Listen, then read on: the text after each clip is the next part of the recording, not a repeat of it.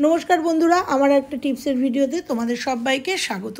आजकेও छोटो छोटो टिप्सर माध्यमे तोमादेर घरेर किछु गुरुत्वपूर्ण टिप्स आमी शेयर करब। देखो रान्ना करते गिये यदि ग्यास फुरिये जाए सेक्षेत्रे आमरा कि करते पारी एकदम गृहिणीदेर अनेक समय এই प्रॉब्लेमटा হয় সেই জন্য আমি একটা স্ক্রুড্রাইভার দিয়ে এই প্রবলেম সলভ করব। আর এরকমই ছোট ছোট টিপস আজকে তোমাদের সঙ্গে শেয়ার করব, ভীষণ গুরুত্বপূর্ণ, দেখতে থাকো।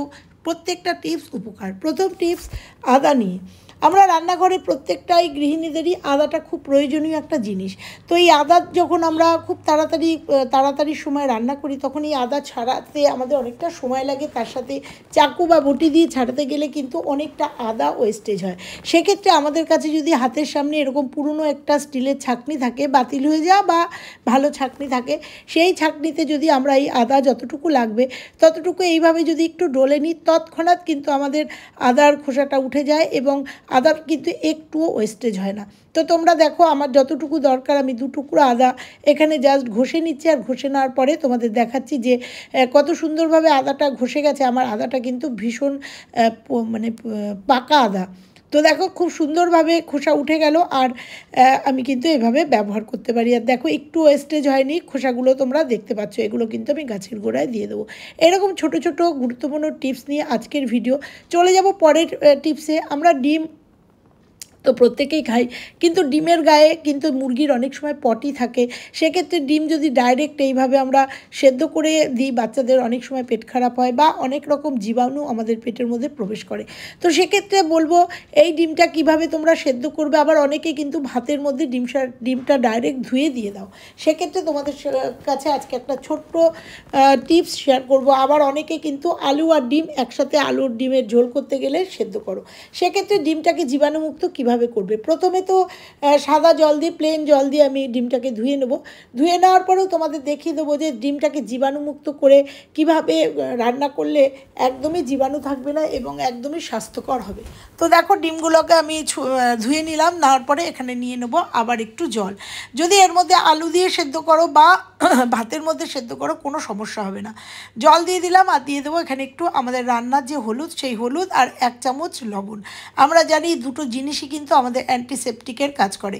তো এটা তোমরা ভিজিয়ে রেখে খানিকক্ষণ ভিজিয়ে রাখার পরে ভাতের মধ্যেও ডিমটা দিয়ে দিতে পারো, বা এইভাবে এর মধ্যে আলু দিয়েও তোমরা একসাথে সেদ্ধ করতে পারো, বা এমনি ডিম সেদ্ধ করতে পারো। তাতে কিন্তু পুরো জার্মটা নষ্ট হয়ে যাবে এবং স্বাস্থ্যর পক্ষে কোনো ক্ষতি হবে না, এবং এটা কিন্তু খুব একটা উপকারী টিপস। চলে যাব পরের টিপসে। রসুন আমাদের প্রত্যেকেরই বাড়িতে থাকে, আর এই রসুন যে কত উপকারী সেটা আমরা প্রত্যেকেই জানি। ব্যথা বেদনা উপশমের জন্য রসুন কিন্তু অব্যর্থ একটা ওষুধ, সে যে কোনো। আবার আমরা অনেক সময় দেখেছি বাচ্চা হওয়ার পরেও কিন্তু এই রসুন কালো জিরে বাটা ব্যথা উপশমের জন্য ভীষণভাবে আমাদের উপকার দেয়। তাছাড়াও তো রসুন আমরা রান্নায় খেয়ে থাকি, কিন্তু রসুনের আজকে একটা দারুণ উপকারী টিপস তোমাদের সঙ্গে শেয়ার করব, যেটা কিন্তু আমাদের ঘরে ঘরে অনেকেরই হয় এবং আমরা কষ্ট পাই। তো আমি দেখো 2 কোয়া রসুন এখান থেকে নিয়ে আমি শিলনোড়া দিয়ে জাস্ট একটু থেতো করে নিলাম, যাতে রসুনের রসটা পুরো পেয়ে যাই আমি। তো থেতো করে নিয়ে আমি একটা চামচের মধ্যে এই রসুনটাকে নিয়ে নেবো, আর নিয়ে নেবো এখানে একটু সর্ষের তেল। এই কাজটা যদি তোমরা করতে পারো তাহলে আমি যেটা আজকে বলবো তার জন্য কিন্তু ভীষণ উপকারী একটা টিপস। এখানে নিয়ে নেবো একটুখানি সর্ষের তেল, আর নিয়ে এটাকে জাস্ট আমি গ্যাসটা ধরিয়ে দিয়ে এটাকে ফুটিয়ে নেবো। এই তেলটা কিন্তু অনেক উপকারী। কী কী উপকারে আজকে তোমাদের কী উপকারে দেখাবো সেটা বলে দিচ্ছি, আর মুখে বলে দিচ্ছি। অনেক সময় অনেক বাচ্চারা কান ফোটায়, নাক ফোটায়, সেক্ষেত্রে এই রসুন তেল যদি গরম করে উষ্ণ গরম সেই কান ফোটানো নাক ফোটানোর জায়গায় দেওয়া যায় না, একদম সঙ্গে সঙ্গে 2 দিনের মধ্যে কান নাক শুকিয়ে যায়। এটা আমাদের মা ঠাকুমারা করে এসছে এতদিন, আমি সেটা মনে পড়লো তাই তোমাদের সঙ্গে শেয়ার করব। না, আমি কিন্তু কান নাক ফোটানোর জন্য আজকে রসুন তেলটা গরম করিনি। কী জন্য করেছি সেটা তোমরা দেখো, নিশ্চয়ই ভালো লাগবে। আমাদের অনেক সময় নখকুনি হয়, কিন্তু প্রচণ্ড নখকুনি, আর সেই নখ ভেতরে ঢুকে গিয়ে অনেক সময় মল্লা জমে গিয়ে আমাদের নখের মধ্যে প্রচণ্ড ব্যথা হয়। আর সেক্ষেত্রে এই রসুন তেল যদি এইভাবে গরম করে নখের পাশে দেওয়া যায়, গরম গরম তোমরা দেখতে পাচ্ছ ফুটন্ত তেলটা কিন্তু আমি নখের পাশে দিচ্ছি। আমি জুতো পরেছিলাম জন্য আমার নখগুলো ভীষণ ব্যথা হয়েছে, নখকুনির ব্যথাটা হয়েছে। তো এটা কিন্তু আমি নির্মূল করে দেবো একদম অঙ্কুরেই। তো দেখো এটা আমি দিয়ে দিলাম। এইভাবে কিন্তু তোমরা এই রসুন তেল ইউজ করতে পারো। চলে যাব পরের টিপসে। টিপসগুলো কেমন লাগছে, ভালো লাগলে একটা কিন্তু লাইক করে দিও।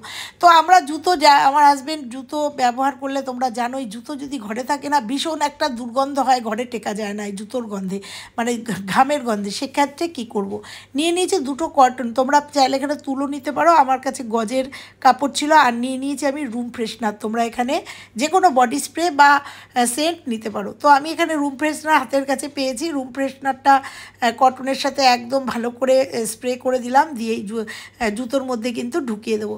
তাহলে কিন্তু এই জুতোর যে একটা বাজে গন্ধ সেটার থেকে কিন্তু একদম রিমুভ হয়ে যাবে। ঘরে নিশ্চিন্ত মনে এই জুতোটা যেখানে খুশি রাখতে পারো।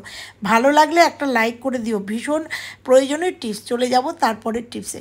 জিরে আমরা একটা প্রয়োজনীয় রান্নাঘরের জিনিস, আর জিরে অনেক দিনে জিরে একসাথে এনে রাখলে একটা ফ্যাঙ্গাস হয়ে যাওয়ার সম্ভাবনা থাকে। দেখো আমার জিরেটাও একটু সাদাটে সাদাটে হয়েছে, সেই জন্য এই জিরেটা 1 মাস ধরে রাখলেও কিছু হবে না, তার একটা টিপস দেখাবো। তো চলে এসেছি গ্যাসে, গ্যাসটা জ্বালিয়ে দিয়েছি, আর এখানে একটা ফ্রাইং প্যান বসিয়ে দেবো। তোমরা চাইলে মানে রুটি করার চাটুতেও করতে পারো। এই ফ্রাইং প্যানটা একটু গরম করে নেবো, নেওয়ার পরে জিরেটা দিয়ে দেবো। শুধু জিরে না, তোমরা যারা সুজি খাও বা ডালিয়া খাও তারা এইভাবে কিন্তু এই জিনিসগুলো সংরক্ষণ করতে পারো, তাতে এর মধ্যে কোনো ফ্যাঙ্গাস হবে না। তোমরা দেখছো আমি হাত দিয়ে নাড়াচ্ছি, তার একটাই কারণ হচ্ছে যে গরমটা তোমাদের বোঝানোর জন্য। দেখো গ্যাসটা কিন্তু জ্বলছে আর আমি হাত দিয়ে নাড়ানাড়ি করছি, এটা জাস্ট হাতের ছোঁয়া গরমে কিন্তু এটাকে নাড়াচাড়া করে নিতে হবে। তো দেখো আমি হাতের সাহায্যে নাড়াচাড়া করে নিলাম যতক্ষণ ছোঁয়ার পরে তোমরা গ্যাসটাকে বন্ধ করে দিতে হবে, বন্ধ করে দিলাম। আর এইভাবে যদি তোমরা জিরে ধনে সুজি ডালিয়া এইভাবে যদি একটু টেলে রাখতে পারো, মুগ ডাল, তাহলে কিন্তু পোকার হাত থেকে প্লাস ফাঙ্গাসের হাত থেকে কিন্তু একদম রেহাই পেয়ে যাবে। আমি জিরেটাকে ঠান্ডা করে আবার গুঁটোয় ঠুকিয়ে রাখবো। ছোট্ট ছোট্ট টিপস কিন্তু প্রচণ্ড উপকারী টিপস। চলে যাব পরের টিপসে। আমরা এই যে ছোট ছোট রিমোটগুলো যখন ব্যবহার করি তখন ব্যাটারি যখন শেষ হয়ে যায় তখন এই ব্যাটারিগুলো চেঞ্জ করতে আমাদের প্রচণ্ড বেগ পেতে হয়, কারণ এই ব্যাটারির খুলতে গিয়ে আমাদের নোকের মধ্যে লাগে বা খোঁচাখুচি করতে হয়, কিছুতেই খুলতে পারি না। সেক্ষেত্রে ছোট্ট একটা টিপস শেয়ার করব। একটা সেফটি পিন নিয়ে নেবো, আর সেফটি পিনটা দিয়ে জাস্ট এখানে একটু চাপ দিলেই কিন্তু দেখো ব্যাটারিটা চেঞ্জ করতে বা খুলতে আমাদের কিন্তু একদম ইজি হয়ে যাবে। ছোট ছোট জিনিস এগুলো কিন্তু আমাদের নিত্য এই সমস্ত প্রবলেমের সম্মুখীন হতে হয়, আর এই ছোটো ছোটো টিপসগুলো যদি মাথার মধ্যে ঢুকে যায় তাহলে কিন্তু অনেকটাই উপকার হয়। তো দেখো আমি এইভাবে ব্যাটারি দুটো খুলে নিলাম, কেমন লাগলো? নিশ্চয়ই উপকার লাগবে। চলে যাব পরের টিপসে। তো এরকম কতগুলো ঢাকনা নিয়ে নিয়েছি আমি, কোটোর ঢাকনা, বাতিল কোটোর ঢাকনা, কোনোটা ঘিয়ের শিশির ঢাকনা, তোমরা চাইলে এই জলের ঢাকনাও নিতে পারো। আমি কেন এটা নিয়েছি পরে বলছি। তো এই 4টে ঢাকনা আমি নিয়ে নিয়েছি। এবার চলে যাব গ্যাসে। গ্যাস রান্না করতে গিয়ে কিন্তু আমরা অনেক সময় গ্যাসের মানে দুধ ডাল এরকম ফ্যান উতলে পড়ে, তাতে গ্যাসের নিচটা কিন্তু ভীষণভাবে আঠা আঠা হয়ে যায়। সেক্ষেত্রে যখন গ্যাসটা মুছি আমরা কিন্তু গ্যাসটাকে ওভেনটাকে সরাতে পারি না। আবার অনেকের হচ্ছে গ্লাসের গ্যাস থাকে, তো সেক্ষেত্রে নড়াচড়া করাতে কিন্তু অনেকটা অসুবিধা। তাই এই মুটকিগুলো যদি আমরা চারপাশে 4টে দিয়ে দিই, আমার যেহেতু এই পায়াগুলো একটু মোটা মানে একটু চওড়া, তাই জন্য আমি একটু চওড়া মুটকি দিলাম, তোমরা বোতলের মুটকিও দিতে পারো। তো দেখো দিয়ে এবার কিন্তু অনায়াসে আমি গ্যাসের ওভেনটাকে কিন্তু নাড়াচাড়া এখানে সেখানে সামনে পেছনে নিতে পারবো, এবং সুন্দরভাবে কিন্তু গ্যাসটাকে আমি হ্যান্ডলিং করতে পারবো, মুছতে পারবো। আর নিচে যদি ফ্যান ট্যানও পড়ে আমার কিন্তু গ্যাসটা আটকে থাকবে না, যেহেতু রাবার আছে। প্লাস আমাদের স্ট্যান্ডগুলোও কিন্তু মানে গ্যাসের পাগুলোও কিন্তু একদম সুরক্ষিত থাকবে, নষ্ট হয়ে যাবে না। অনেক সময় ঘষা মাজাতে ওগুলোকে নষ্ট হয়ে যায়। এর সঙ্গে ছোট্ট একটা টিপস শেয়ার করব। গ্যাসে রান্না করতে গিয়ে দুধ চা ফ্যান উতলে পড়ে, সেক্ষেত্রে যদি কভার না থাকে এর নিচে একটা আমরা স্টিলের প্লেট বা বাতিল যে কোনো ফাইবারের প্লেট কিন্তু দিয়ে রান্না করতে পারি। তারপরে প্লেটটাকে বার করে ধুয়ে নিলেই কিন্তু গ্যাস টেবিল একদম পরিষ্কার। চলে যাব পরের টিপসে। গ্যাস সিলিন্ডার, আমরা যাদের একটা গ্যাস সিলিন্ডার তাদের অনেক সময় গ্যাস ফুরিয়ে গেলে বুঝতে পারে না কতদিন যায়। যারা মোটামুটি জানে যে আমার 1 মাস মতো যাবে, সেই জন্য এখানে যদি তোমরা গ্যাসটা লাগানোর পরে একটা ডেট লিখে রাখো তাহলে কিন্তু তোমরা মোটামুটি বুঝতে পারবে যে যাদের সিঙ্গেল সিলিন্ডার যে আমার কবে গ্যাসটা ফুরাবে, সেই অনুযায়ী কিন্তু তোমরা গ্যাস বুক করে নিতে পারো। তাতে কিন্তু তোমাদের গ্যাস চলে গেলেও সঙ্গে সঙ্গে তোমরা গ্যাসটা পেয়ে যাবে। ছোট্ট একটা টিপস, কিন্তু ভীষণ উপকারী একটা টিপস। এই সমস্ত টিপসগুলো কেমন লাগলো অবশ্যই বলে। চলে যাব আমার আর একটা টিপসে রান্না করতে করতে যদি গ্যাস চলে যায়, দেখো আমি রান্না বসিয়েছিলাম, বসাতেই গ্যাস যদি চলে যায়, সেক্ষেত্রে আমাদের কোনো অসুবিধা না হলেও অনেক সময় মা মাসিরা, অনেকে একটু বয়স্ক মানুষ থাকে, তারা কিন্তু একটা নতুন সিলিন্ডার লাগাতে পারে না, তাদের কাছে অনেকটা প্রবলেম হয়। তো দেখো আমারও গ্যাসটা একদম চলে গেছে রান্না করতে করতে। তো একটা স্ক্রুড্রাইভারের কামাল তোমাদের দেখাবো, একটা স্ক্রুড্রাইভার দিয়ে কিন্তু এই সমস্যাটার সমাধান করে নেবো। আমাদের ঘরে যারা বয়স্ক মানুষ আছে, মা মাসিরা আছেন, তাদের জন্য আজকের এই টিপসটা। অনেক সময় গ্যাস ফুরিয়ে গেলে আমরা গ্যাস সিলিন্ডারটার থেকে এই ক্লিপটা আমরা খুলতে পারি না। দেখো সিল করা গ্যাস ফুরিয়ে গেছে, ওপরের সিলটা তো আমরা যেভাবেই হোক এটাকে কেটে বার করতে পারবো, কিন্তু আমাদের ওই ক্লিপটা কিন্তু আমাদের অনেক মা মাসিরাই লাগাতে পারে না।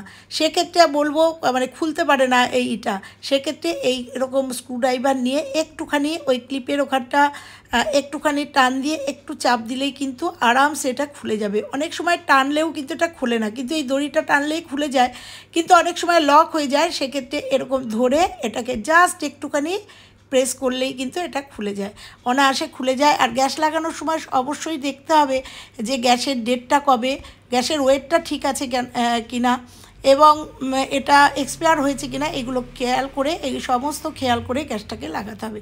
তো কেমন লাগলো আজকের ভিডিওটা? ভালো লাগলে লাইক, কমেন্ট, শেয়ার, চ্যানেলে নতুন হলে চ্যানেলটা সাবস্ক্রাইব করে পাশের বেল আইকনটা প্রেস করে দিও, তাতে আমার সমস্ত ভিডিও সবার আগে তোমাদের কাছে। চলো।